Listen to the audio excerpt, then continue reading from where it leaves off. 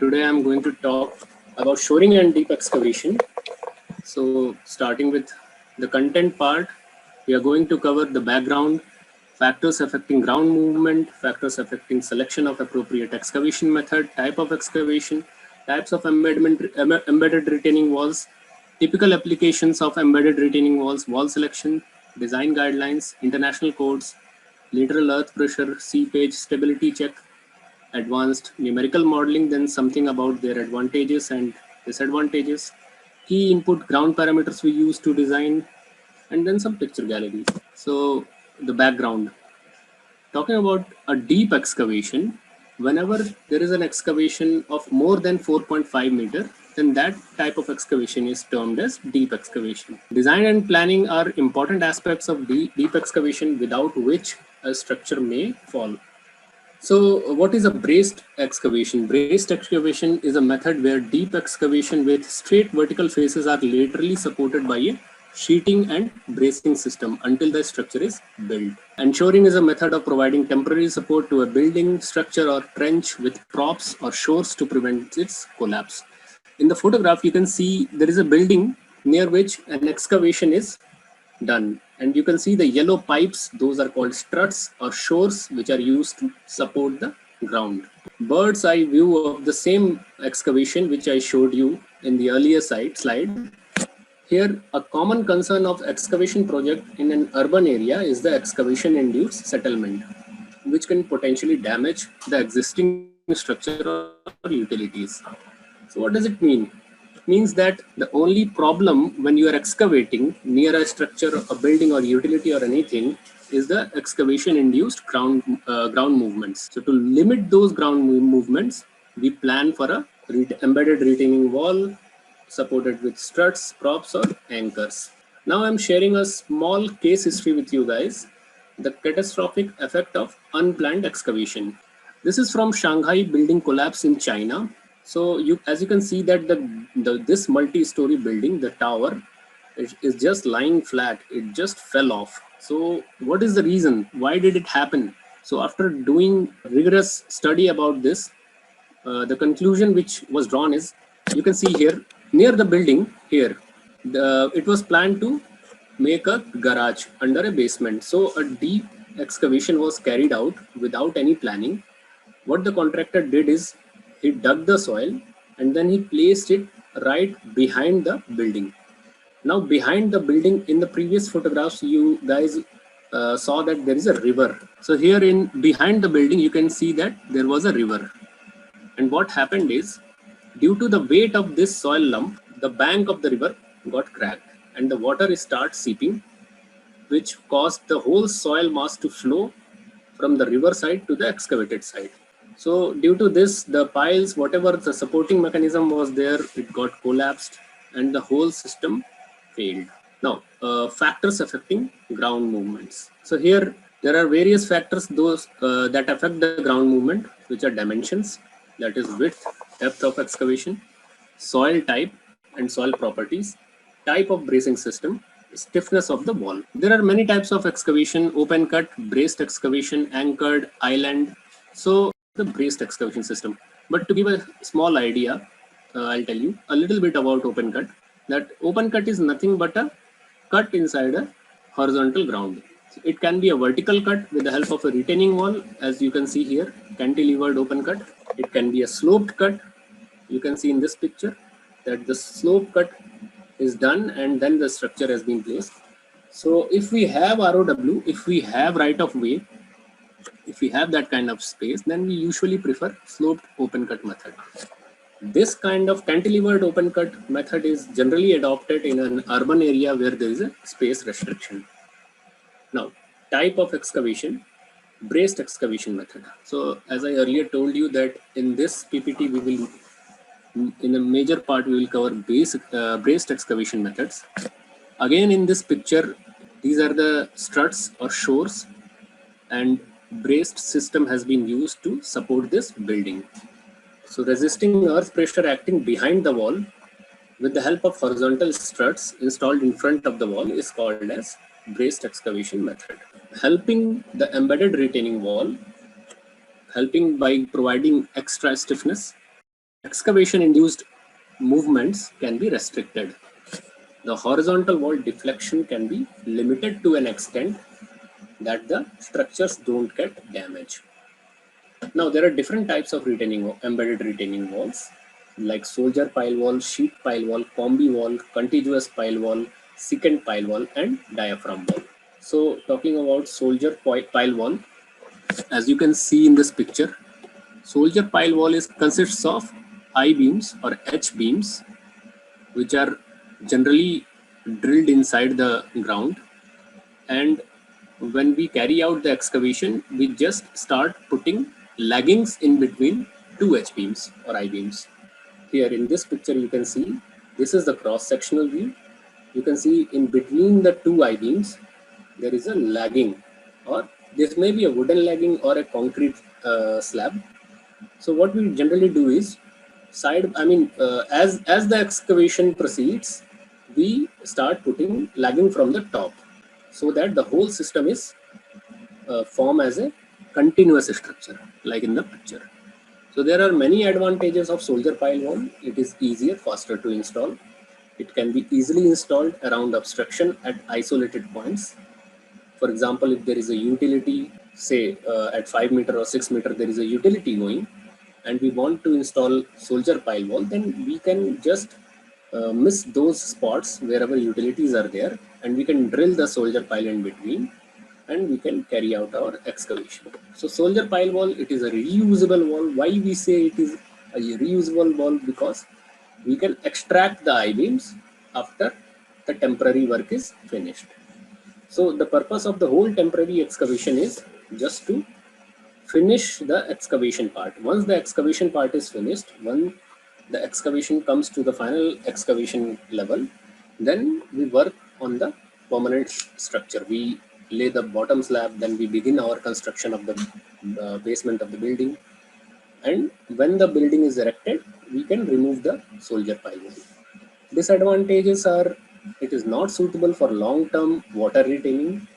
As you can see that it is a wall formed with too many discontinuity. By discontinuity, I mean there are I-beams, then there are laggings, water may be, it may comes from the joint.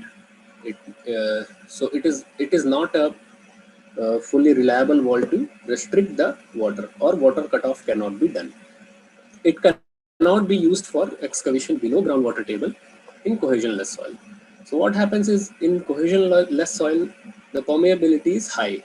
So water seepage is also high. So we cannot generally cut off water using soldier pile.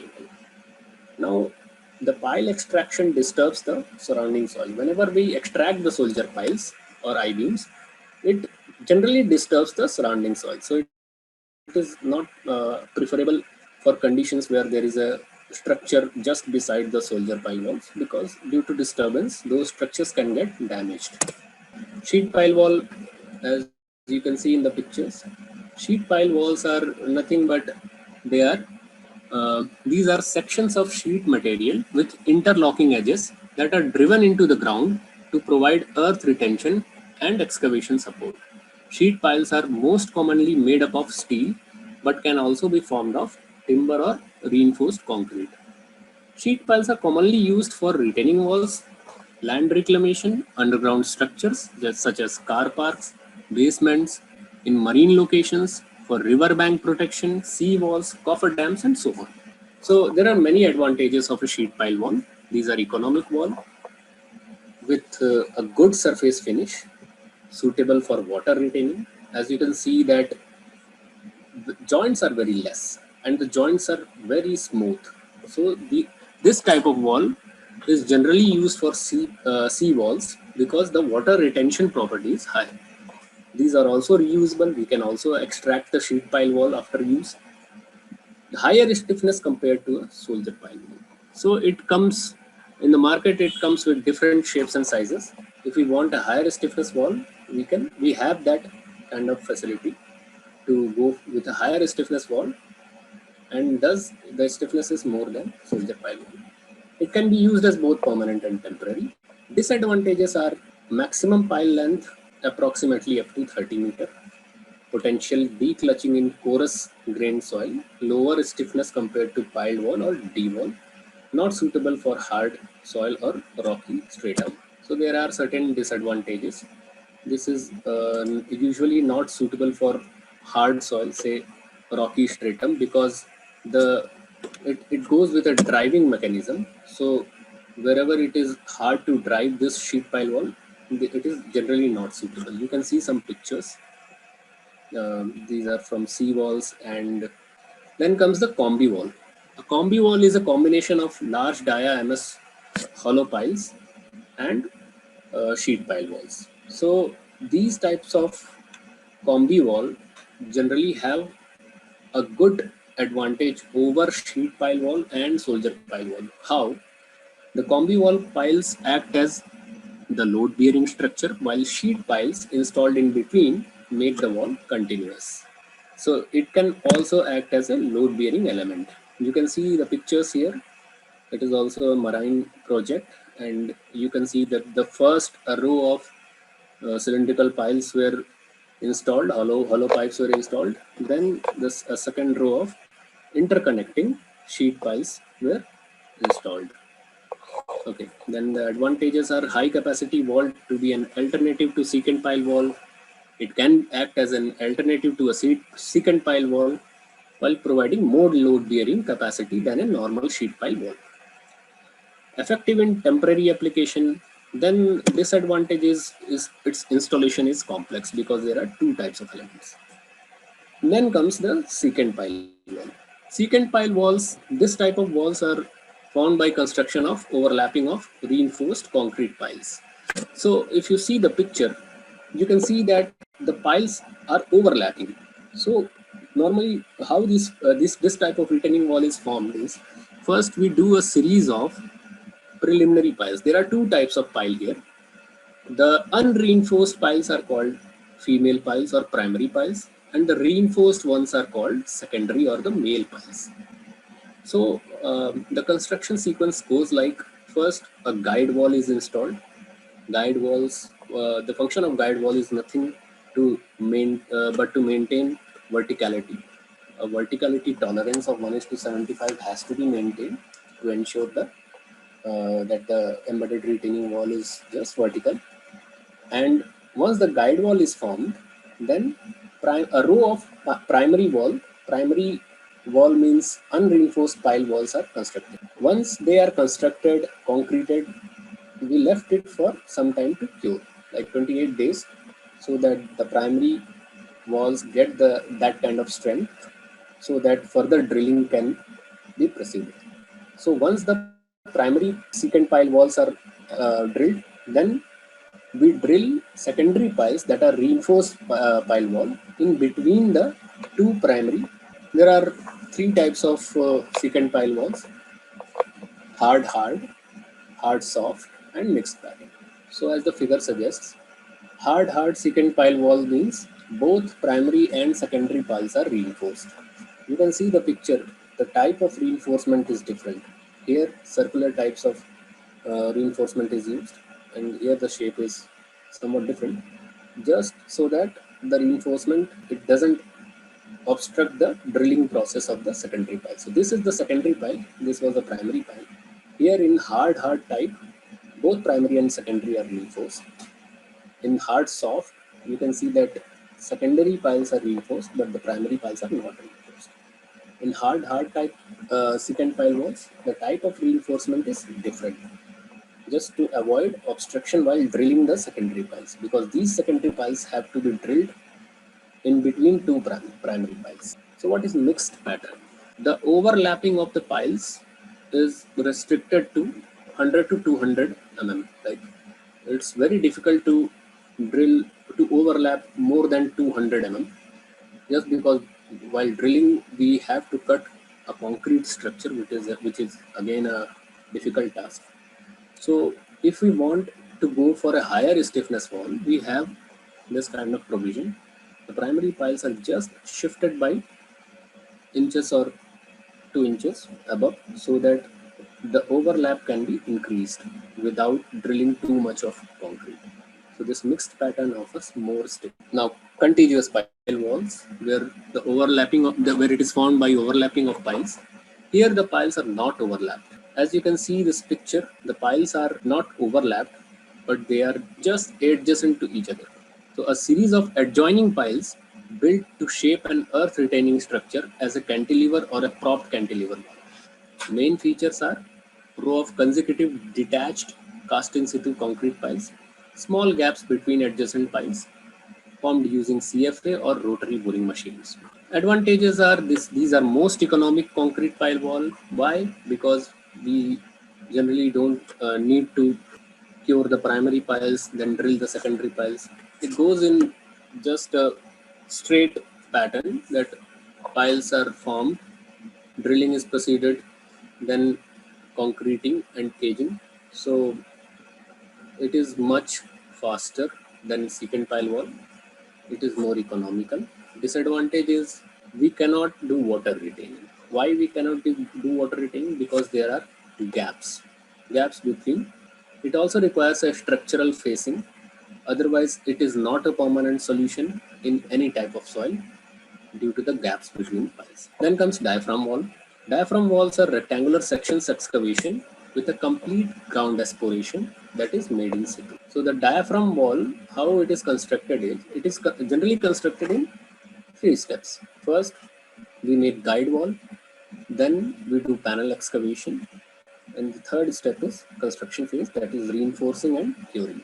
Advantages are these are suitable for a wide range of soil types. We can also drill into the rocks. We can go even beyond 60-meter deep. So this is the type of wall which is generally used in metros. Why? Because we can go for a depth like 60-meter. Excavation level can be 60 meters from the ground level. It can be of very high stiffness, 1.5 meter to 2.5 meters. It can be used as a permanent structure wall. Reduced number of joints in the wall, which ultimately improves the wall water tightness. So there are less number of joints, which means that the stiffness will be, water tightness will be effective. Work may be carried out right against existing structure, and the line of wall may be adjusted to any shape because these are formed with different rectangular panels. So, and the construction in urban metro projects, there are sites where existing building structures are just inches or meters away. It can easily be carried out against any structure. It makes less noise and vibrations, so it is very suitable for urban areas. It can be used. It can be used as a top-down method in order to optimize the sequence of operation to be formed in densely populated intercity areas. Type of retaining wall. Disadvantages are disposal of support fluid is a costly affair. Large scale installation equipment requires extensive site area. Now, typical application of embedded retaining wall. So this table I have taken from Syria C580. Here we can see the typical application of embedded retaining walls for different types of scenarios. Like if you see sheet pile wall, then if we make a cantilever sheet pile wall, then it can go only up to 5 meters. Whereas if you see hard soft secant pile wall, hard form secant pile wall, it can go up to 6 meters. A diaphragm wall can go up to 8 meters if it is a cantilever. Whereas for propped cantilever, the same sheet pile wall can go up to 4 to 20 meters. A contiguous wall can go up to again 4 to 20 meters. A diaphragm wall, whereas it can go up to 30 meters. Now, for groundwater control, sheet pile wall, yes, for temporary and permanent both, it is a good choice. Whereas if you see the contiguous pile wall, it is not suitable for water retaining. Secant pile walls and diaphragm walls both are good for water retaining. If you see the verticality, then just see this figure. For diaphragm wall, the achieved verticality can go as high as 1:500. Wall selection.